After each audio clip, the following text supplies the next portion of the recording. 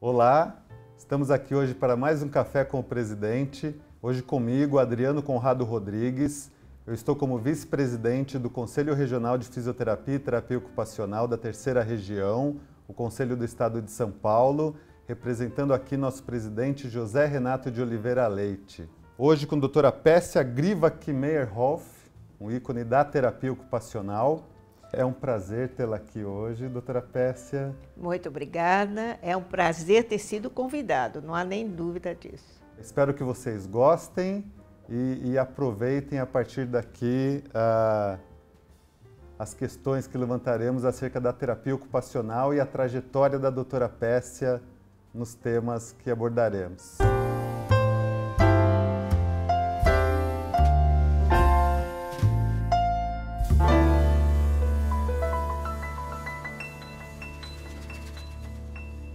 Doutora Pessia, conta um pouco para a gente da sua trajetória na terapia ocupacional. Com todo prazer, porque você sabe que eu visto a camisa, né?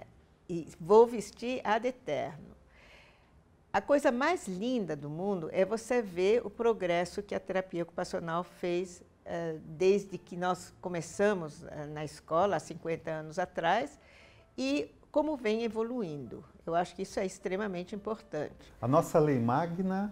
A Lei Magna da Terapia Ocupacional é de 1975. Então você começou antes do estabelecimento legal da profissão no Brasil. Isso mesmo. E a gente contribuiu com tudo isso daqui, que isso daqui foi muito, muito importante. Aliás, quem começou realmente com tudo isso, quer dizer, foi a Veridiana Arbi e a Sônia Guzman, que eu acho que foi muito importante, o papel deles dentro do conselho, dentro da formação universitária, tanto da fisioterapia como da terapia ocupacional. Foi extremamente importante, porque até então nós éramos meros técnicos, e isso não levava a gente a ser considerado um membro efetivo da equipe multidisciplinar ou da equipe de saúde propriamente dito. Nós éramos meros recreacionistas ou meros pessoas que faziam diversão, mas não levavam a gente a sério. E não só isso, como a gente tinha que fazer aquilo que o médico falava. Vocês vão fazer TEAR, vocês vão fazer TATAR. Tinha receitinhas que eles achavam que a gente tinha que cumprir. E não é só isso. Em que momento houve a virada? Que você sentiu que, olha, agora temos o reconhecimento, me sinto presente dentro do contexto da saúde? Isso foi muito, muito importante. Isso não houve um momento. Foi um crescimento à medida que, em primeiro lugar, nós tivemos muito mais conhecimento, certo? Quando eu me formei, nós tínhamos uma professora, Elizabeth Eagles, que vinha da Organização Mundial da Saúde, e ela dava aula porque não existia TO aqui no Brasil que pudesse formar a gente. Quer dizer, imagina as nossas aulas meio em português, meio em inglês, é uma confusão também. As referências eram de fora, né? As referências todas eram de fora, todas. E quando eu terminei a terapia ocupacional, eu falei, o que eu vou fazer agora? Eu não sei nada, eu me sentia assim, sem realmente saber o que eu ia fazer. Então, eu fui procurar o que fazer. Porque não tinha campo de trabalho aberto ainda, vocês foram precursores. Exato. Né, em abrir os campos e pensar a prática, na realidade do Brasil, né? Também tem essa. Você na realidade brasileira. Você ter as referências de fora e precisar casar aqui isso. Então, a realidade brasileira foi uma coisa muitíssimo importante. Então, eu falei, bom, para conseguir ter um pouquinho mais de... que os médicos possam realmente confiar na gente, eu fui fazer um mestrado. Isso em 1967, porque 68, porque realmente eu falei, eu preciso ter graus, porque senão o médico sempre vai me olhar de cima para baixo como sempre me olhou. E não é isso que a gente quer. Que tema você escolheu para pesquisar no mestrado? Então, eu escolhi um tema justamente de hemiplegia, porque eu estava realmente muito envolvida dentro da neurologia. E eu escolhi hemiplegia porque veio aqui um fulano chamado Basmajian, num congresso de paralisia cerebral, que disse que ele conseguia controlar a cabeça dos PCs, dos paralíticos cerebrais. Eu falei, bom, mas é o que a gente queria naquela época, era controlar a cabeça dos paralíticos cerebrais para eles conseguirem fazer coisas com as mãos. Aí eu falei, eu vou te visitar lá em Atlanta, no Emory University. Tá bom. E eu peguei todas as minhas economias, tal, era janeiro, um gelo que eu pensei que eu ia morrer. Chego lá e eu vejo só adultos. Daí eu falei, doutor Basmedian, cadê as crianças que você tanto mencionou e que mostrou tão lindos resultados? Então ele vira para mim, no Brasil a gente pode falar o que a gente quer. E ele inventou os dados. Isso que é o pior da história. Se você não tivesse ido para ver lá a situação, não teria trazido esse feedback aqui para confrontar com o que ele tinha falado. Exatamente. E aí é que eu comecei a mostrar, a ver e a falar, divulgar para todo mundo. Primeiro que o que vem de fora não é o melhor do mundo. Todo mundo acha que pode pisar em cima da gente, que nós não existimos, e não é verdade. Havia muitos plágios de teses, etc.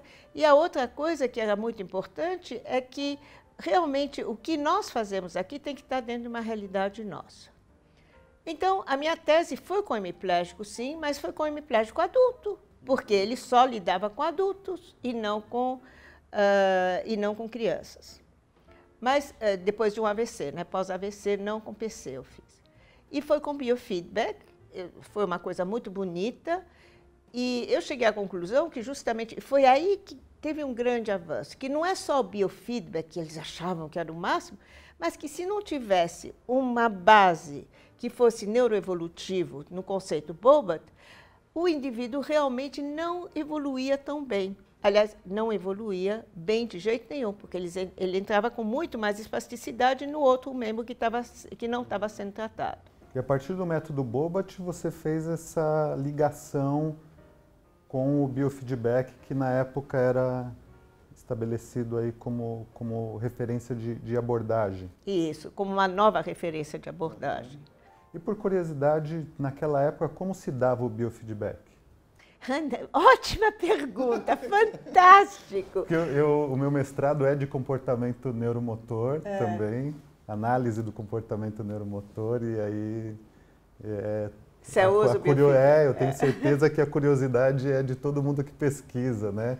Como em 1968, 68, como se dava o biofeedback? Porque hoje nós temos tecnologia, nós temos, né, o recurso. Como que era naquela época? Nós temos computadores, nós temos... Nunca mais virá um Basmedian inventar dados, porque agora a gente consegue ver as coisas, etc. E mensurar e divulgar no mundo inteiro. Quer dizer, foi fantástica essa tua pergunta. O biofeedback era simplesmente um colar que acendia uma luz cada vez, vamos dizer, eu fiz o biofeedback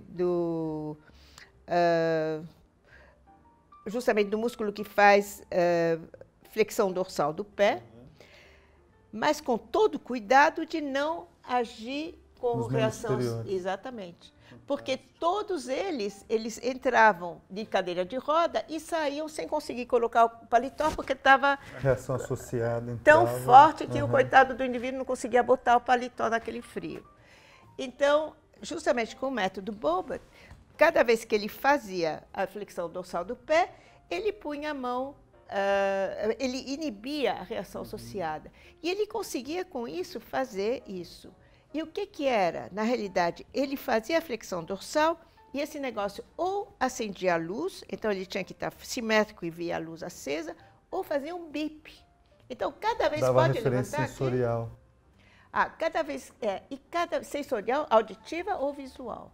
Então, cada vez que o indivíduo punha o pé no chão, fazia bip, bip, bip, e depois a gente dava referência, e daí... E ele observava a questão do padrão motor. Exato. Então, daí essa mão não subia desse jeito. Ele tinha perfeita noção do aumento do tônus e deixar o tônus para baixo. Quer dizer, foi muito bonito. Hoje em dia, o biofeedback, obviamente, é feito com computador, com todos os outros músculos. Consegue né? ver a fáscia do músculo, se fibrila ou não. Isso. Mas ainda assim o sensorial está bem presente, né? Mas bom saber de onde tudo começou. Olha que legal. Olha, foi muito bacana. E o resultado foi muito bonito, realmente, porque esse indivíduo realmente conseguiu ser reinserido dentro da profissão. Ele era o dono de um posto de gasolina e o que ele gostava de fazer é andar por lá, porque ele era muito sociável. E ele não conseguia andar, porque quando ele começava a andar, entrava a reação associada e pum, ele caía. E aí você já referia isso ao papel ocupacional dele, no caso o trabalho posto de gasolina. Mas foi muito bacana, porque ele foi reincluído dentro de toda a dinâmica do trabalho, do contexto dele, de vida, né? Foi muito bonito, muito bonito. E a partir daí? A partir daí, então, eu continuei, então, eu comecei a trabalhar realmente e usei o biofeedback com crianças. E foi muito interessante, mas não é tão bom usar isso, o biofeedback com criança, porque a criança, esse tipo, né, ou sonoro ou auditivo, porque ela se distrai. Então, assim, bip o tempo todo, então ela não está nem aí. E ela não está conseguindo realmente prestar muita atenção. Então, eu deixei o biofeedback de lado e me concentrei muito mais com o conceito Bobot propriamente dito, o conceito neuroevolutivo, que você sabe muito bem que uma lesão central, todavia, não tem cura, certo? E, então, nós procuramos o melhor para cada criança. Então, não é só o conceito Bobot, mas a gente usa outras técnicas dentro do próprio conceito. E aí, nessa evolução, você viajou o mundo, você foi buscar conhecimento para agregar aqui para a nossa realidade? Absolutamente. Eu acho que tudo que eu fiz, inclusive a minha tese de doutorado, que foi em UTI neonatal, porque daí eu cheguei à conclusão que realmente a gente tem que entrar dentro da UTI neonatal para começar desde o início com o nosso bebezinho. E os resultados são muito mais bonitos. A gente tira os bebês, nós tiramos os bebês 5 dias antes das UTIs, nós tiramos as sondas 3 dias antes e tiramos o bebê da incubadora 2 dias antes do que o grupo controle. Quer dizer, é fantástico. Você tem um bebê, você tem um filho, você tira depois de 1 dia, você já acha ótimo. Agora, 5 dias antes é maravilhoso. Sensacional, né? Então, nós tivemos resultados bárbaros. Hoje nós temos uma lei que ela não obriga a presença do terapeuta ocupacional em UTI, mas obriga ao hospital que tenha um terapeuta ocupacional para referenciar para a sua UTI caso seja necessário, né? Naquela época, como que foi abrir esse campo dentro de um ambiente tão crítico e tão vulnerável? Olha, maravilhosa essa tua pergunta, porque você não sabe. A gente vai ficar um ano aqui nesse café com o presidente, né? Doutora Miriam volta na semana que vem. Eu fiquei 10 anos quase dentro da UTI com minhas mãos atrás das costas. Porque eu sou TO, eu não podia mexer no paciente. Eu só podia observar. Mas você já pensou, eu que sou meio hipercinética, meio não sei o que, sempre estou aí com as mãos atrás, mas eu tive paciência. Depois de tanto tempo, eles falaram, bom, se você quiser, você pode pôr a mão. E aí eu comecei a pôr a mão. E aí eles começaram, se você for na Unifesp hoje, quer dizer, minha tese é da USP, mas a Unifesp foi lá que eu fiz, você vai ver, se você chega lá, você vai ver realmente como todo o ambiente de UTI foi modificado. E como os médicos aceitaram e viram a importância disso. Isso a gente está falando de que época? Desde 1996. 96, seu doutorado foi. Isso. Ok. Mas recente, né? Recente. 1996 é recente. Recente. Dentro de um espaço, amplo de... A profissão ela é recente em si, né? Nós temos hoje, esse ano, a comemoração dos 50 anos da primeira turma da terapia ocupacional da USP. Então, nós somos recentes aqui no Brasil. A profissão faz 100 anos no mundo, né? Isso. Você consegue estabelecer um paralelo de evolução da profissão no mundo com o Brasil?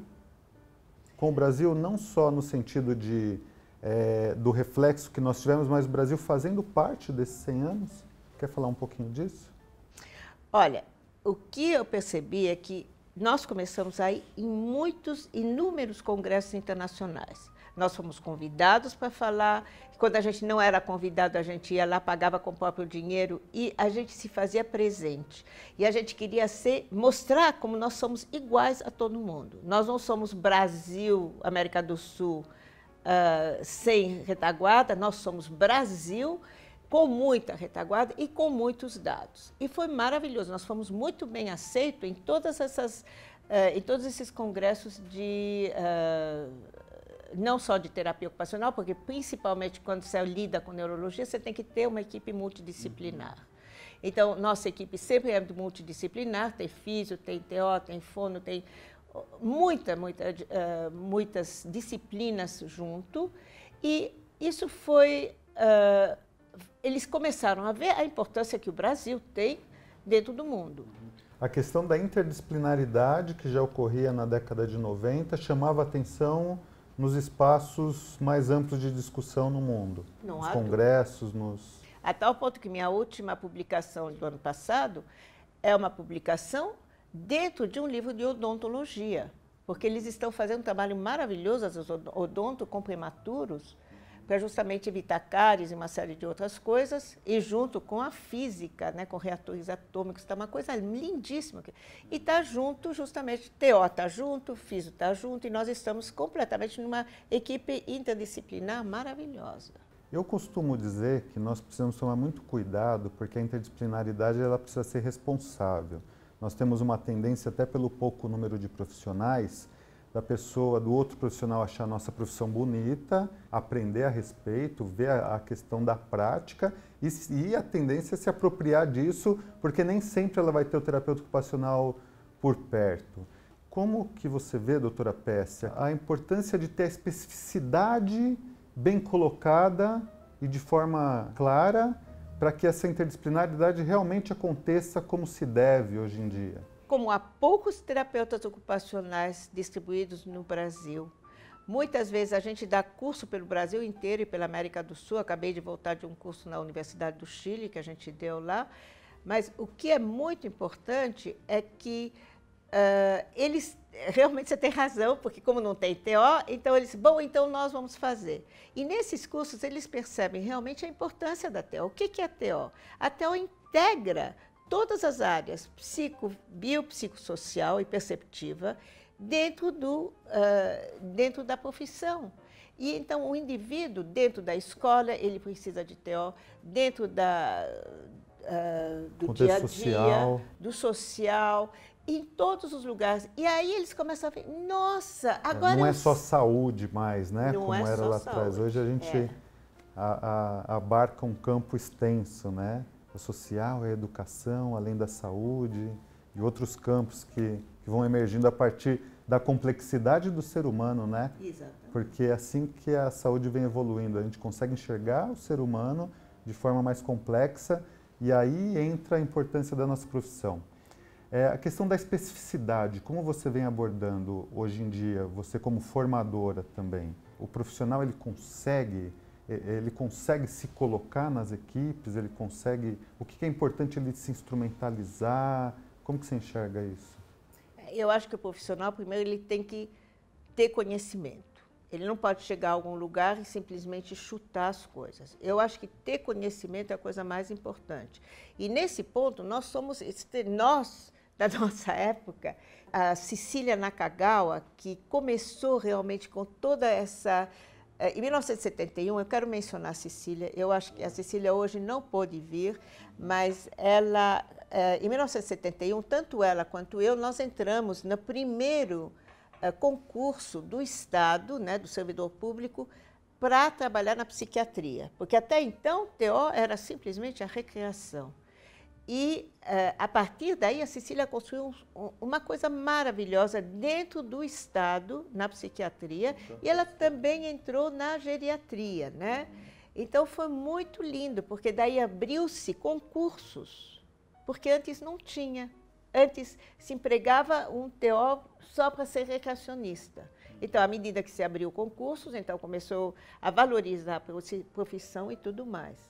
Eu costumo dizer que a terapia ocupacional ela é uma das profissões mais humanas da saúde, das outras 13 ou 14 profissões.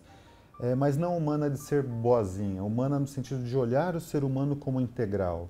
Você acha que isso é real ou é uma visão minha? E isso ajuda na inserção da terapia ocupacional, nas práticas interdisciplinares e integrativas agora da saúde, como a gente... Eu concordo plenamente com você. Eu sempre falo que o terapeuta ocupacional vê o indivíduo como um todo. Ele é uma das profissões que realmente vê o indivíduo desde a ponta do cabelo lá em cima até a unha lá embaixo. E ele vai colocar ele valoriza, a primeira coisa que ele faz, ele valoriza o que o indivíduo tem de sadio. E valorizando o que ele tem de sadio, digamos, ele está com uma lesão central, lesão que do ponto de vista motor fica difícil, mas ele tem os olhos ótimos, a visão ótima. Então nós vamos começar, através da visão, é que nós vamos trabalhar o patológico, certo? E não simplesmente trabalhar o patológico sem ver o que ele tem de sadio. E eu acho que é isso que a TO faz. E não começar, então nós vamos começar a trabalhar o teu braço porque teu braço não funciona. E se você começa pelo indivíduo, pelo que ele tem de sadio, você não sabe o resultado lindo que dá. Eu que trabalho com crianças, com os pais, porque de repente, nossa, eu não sabia que meu filho sabia fazer isso. Nossa, eu não sabia, certo? Então, os pais começam a confiar na criança. E à medida que os pais confiam na criança, a criança vai evoluir muito.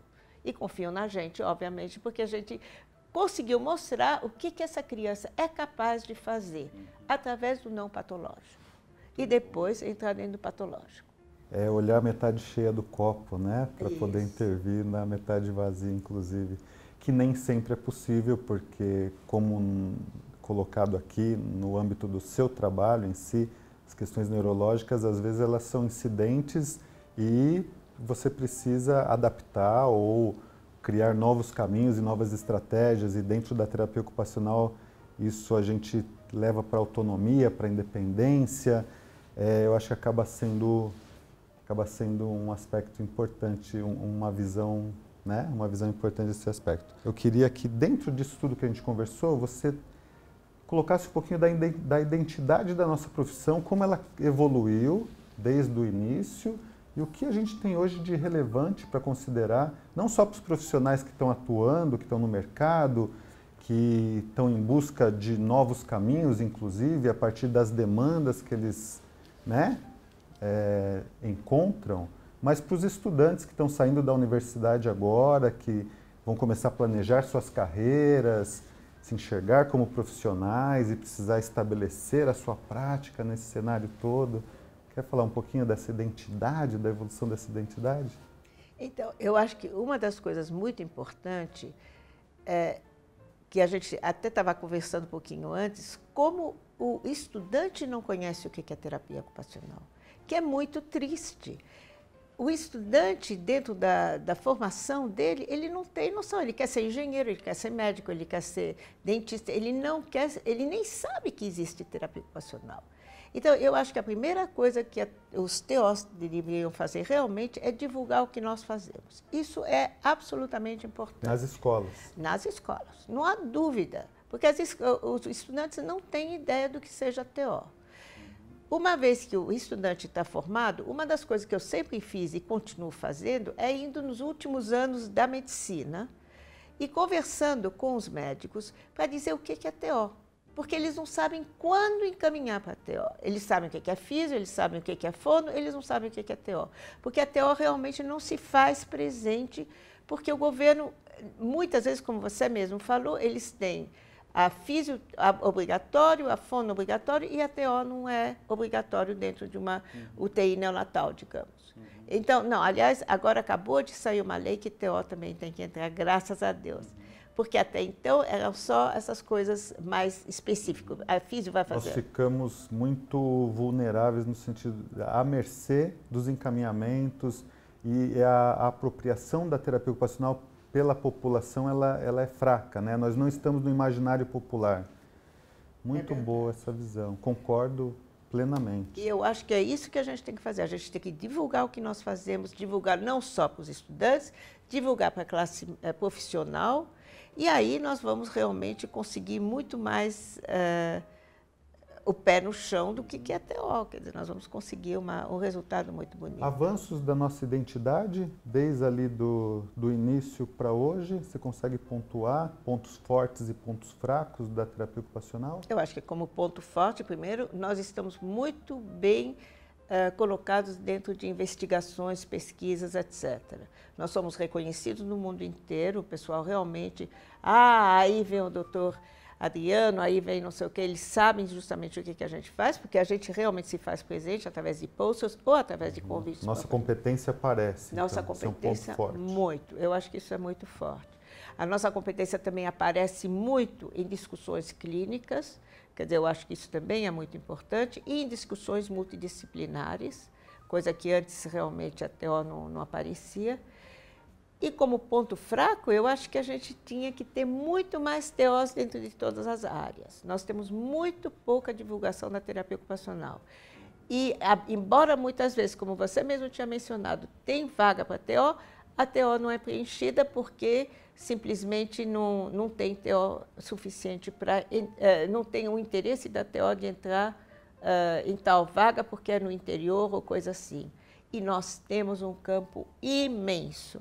E o nosso trabalho tem que ser valorizado porque nós temos resultados muito, muito bons. Se a gente olhar nas pesquisas, se a gente olhar quais são os nossos resultados, são extraordinariamente bons. Muito bom. Tá? Obrigado, doutora Pérez. Imagina, foi muito, muito bom. Obrigado. Muito, muito obrigada. Tá? Muito bom. E obrigada pela entrevista. Imagina, a gente que agradece. Então, encerramos aqui mais um Café com o Presidente. E agradeço aí a participação de vocês, multipliquem isso para o universo. É uma honra tê-la aqui conosco. Muito obrigada.